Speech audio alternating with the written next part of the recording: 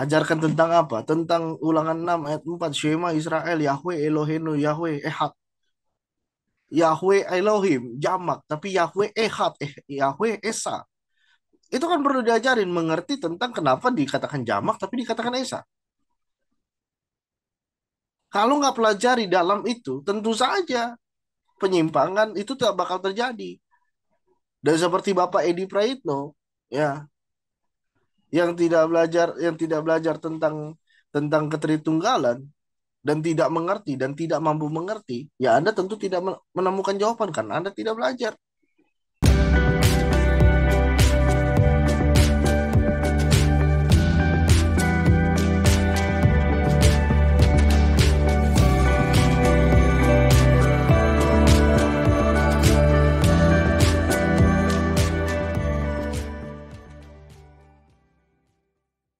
Shalom saudara, berjumpa kembali dalam Bincang Teologi. Episode Bincang Teologi hari ini kami akan membahas sebuah video dari channel YouTube Edi Praitno. Apa yang Pak Edi bahas dalam videonya akan saya diskusikan dengan Bro Gideon pada hari ini. Halo Bro. Ya Bro, Pak Edi membahas sebuah video perdebatan antara dua pendeta, yaitu mereka berdebat tentang Trinitarian dan Unitarian. Nah, sebelum kita masuk kepada apa yang Pak Edi bahas, saya mau bertanya mengenai perdebatan ini, Bro. Bagaimana di dalam Kristen apa yang harus dilakukan ketika ada perbedaan pemahaman, Bro? Silakan, Bro. Ya, thank you, bro. Sebagai pengikut Kristus, tentunya kita harus mengetahui bahwa ada dua sisi yang harus kita lihat. Yang pertama, sisi godly line atau sisinya Allah, yaitu yang jelas standar kebenaran mutlak adalah firman Tuhan. Dan tetapi kita tidak bisa mengabaikan bahwa kita adalah manusia, makhluk yang diciptakan oleh Tuhan. Kita hakiki sebagai manusia. Nah, apalagi kita menghadapi keberadaan di mana manusia memang berdosa. Dan kita harus mengerti itu bahwa dalam melihat standar kebenaran Tuhan, kita itu terkadang juga bisa dipengaruhi oleh ego, dipengaruhi oleh emosional negatif diri sendiri, atau memang pengalaman kita yang bisa mempengaruhi interpretasi penafsiran kita. Kita harus sadari itu.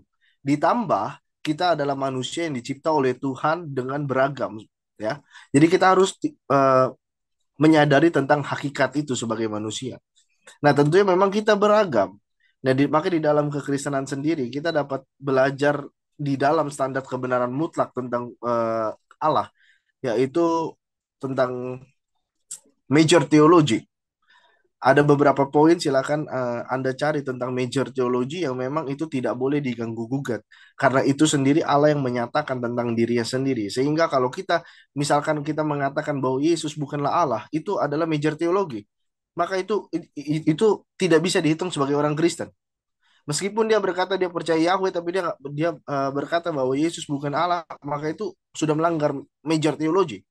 Karena di dalam Alkitab sudah jelas. Kalau sudah jelas ya sudah. Namun ada beberapa poin-poin minor theology yang memang sulit sekali untuk kita sebagai manusia itu, sebagai manusia yang beragam, kita menjudge satu dengan yang lain. Seperti misalkan di dalam kegerejaan, surat 1 Korintus ada begitu banyak karunia, karunia mengajar, ya karunia dan karunia melayani dan lain-lain, ya. Kita sulit sekali menjudge orang ketika orang berkata bahwa dirinya memiliki karunia untuk melayani, kita kita berkata, "Oh, tidak, karuniamu bukan itu." Nah, itu kan sulit karena Alkitab mencatatkan itu. Ada perbedaan-perbedaan itu. Nah, itu minor theology. Paham ya? Jadi kalau dikatakan bahwa Yesus adalah the words incarnate, firman Allah yang mengambil rupa, itu sudah jelas lagi, sudah jelas sekali dan itu sudah mutlak. Itu major theology. Jadi kalau kita tidak percaya itu, maka kita tidak terhitung Kristen. Tapi ada beberapa hal yang minor yang kita harus pahami. Jadi tentang Trinitarian dan Unitarian kebetulan itu adalah major theology. Nah, bagaimana langkah-langkah untuk kita mengambil eh, mengambil langkah ya, mengambil langkah untuk menghadapi perbedaan major teologi, yaitu caranya dengan seperti yang tertulis di dalam Matius bahwa Yesus katakan kalau saudaramu bersalah, ajak dia ketemu, ajak dia bicara empat mata. Kalau dia masih nggak mau dengar juga, bawa dua tiga orang saksi. Kalau dia masih nggak mau dengar juga, bawa kepada jemaat. Dia masih nggak mau dengar juga, sudah anggap saja dia orang tidak percaya. Sudah seperti itu. Jangan sampai mengambil tindakan-tindakan negatif. Itu caranya. Atau melebeli orang, kata-katain orang dengan kebun binatang, merendahkan orang. Jangan. Sudah anggap saja dia memang tidak mau percaya. Enough. Itu cara menghadapi perbedaan itu.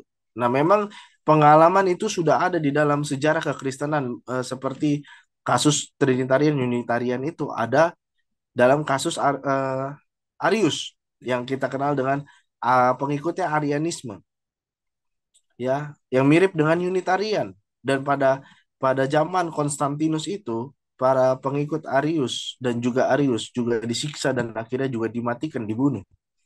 Dengan langkah seperti itu, maka kita sebut bahwa pada abad-abad situ adalah abad kelam kegerejaan mula-mula.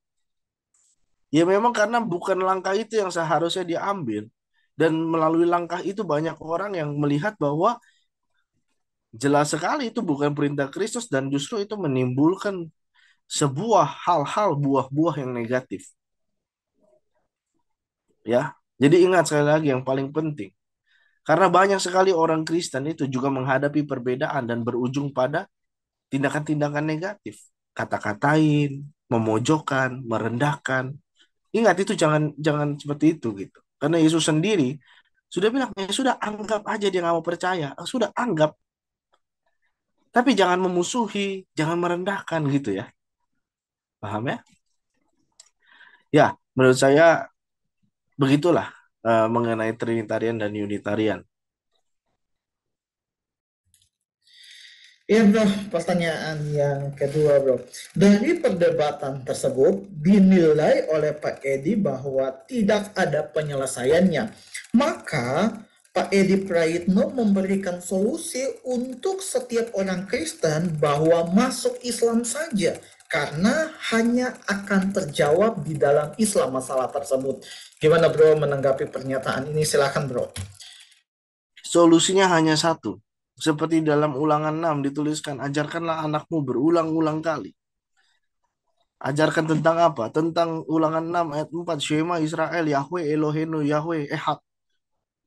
Yahweh Elohim, jamak. Tapi Yahweh Ehad, Yahweh Esa. Itu kan perlu diajarin, mengerti tentang kenapa dikatakan jamak tapi dikatakan Esa. Kalau nggak pelajari dalam itu, tentu saja penyimpangan itu tidak bakal terjadi. Dan seperti Bapak Edi Praitno, ya, yang tidak belajar tentang keteritunggalan dan tidak mengerti dan tidak mampu mengerti, ya Anda tentu tidak menemukan jawaban karena Anda tidak belajar. Saya lagi, maka cara salah satunya adalah hanya untuk belajar, belajar firman Tuhan, selidiki lebih dalam. Ya, bagaimana ketemulah orang yang benar-benar belajar firman Tuhan, yang mengerti firman Tuhan, yang bisa membimbing Anda.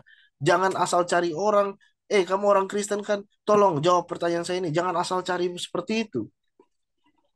Nggak akan ngerti, ya. Bukan seperti itu saran yang tepat, Pak Edi. Kalau ketemu orang Kristen lagi debat Trinitarian, Unitarian, ya kasih saran lah yang baik. Jangan merendahkan keagamaan orang lain, jangan merendahkan keimanan orang lain. Dengan Anda berkata seperti itu, Anda sama saja sedang merendahkan kekristenan, seakan-akan tidak bisa menjawab, padahal jawabannya sudah ada dalam firman Tuhan. Ya, kalau ketemu orang Kristen yang menghadapi itu, ya Bapak tinggal bilang, katakan saja, Pak, selidiki lebih dalam, cari orang yang memang benar-benar belajar. Itu adalah jawaban yang bijaksana. Kalau Anda jawab seperti itu, ketahuan tidak bijaksana Anda. Ya, jadi demikianlah menurut saya, bro. Ya, thank you bro. Dan sebelum kita mengakhiri video ini, ada yang mau bro sampaikan untuk setiap orang yang menonton video ini? Silakan bro. Ya, yang saya ingin sampaikan adalah kiat-kiat dalam kita menghadapi perbedaan. Ya, perbedaan itu tidak harus dengan orang lain. Di rumah kita saja, orang tua berbeda dengan kita. Suami beda dengan istri, suami bukan istri, istri bukan suami. Suami istri bukan anak, anak bukan suami istri, bukan ayah ibunya. Berbeda-beda kita semua. Dan keberagaman itu masing-masing setiap pribadi manusia memiliki pikiran dan otak yang telah Tuhan berikan, akal budi yang Tuhan berikan untuk berproses. Jadi wajar saja menurut saya jika keberagaman itu muncul. Tetapi bagaimana cara kita menyikapi keberagaman? Ingat bahwa kita adalah manusia berdosa, tapi kita sudah juga diwahyukan kebenaran. Maka kita bisa memilih mengambil tindakan langkah yang benar atau kita mengambil tindakan langkah menghadapi keberagaman dengan benar atau menghadapi keberagaman dengan ketidakbenaran. Kalau ketidakbenaran, maka seringkali ya kita dapat melihat orang egois sekali, ya ego tidak mau kalah, ya padahal mungkin bukti sudah jelas tapi ngoceh terus masih nggak mau kalah gitu ya.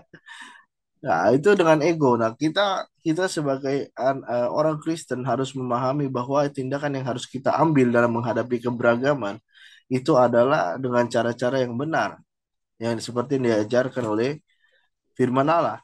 Nah, maka itu juga kita dapat melihat banyak sekali dalam menghadapi keberagaman. Salah satunya ada buku yang dituliskan oleh seorang profesor, doktor, ya bernama Donald Smith.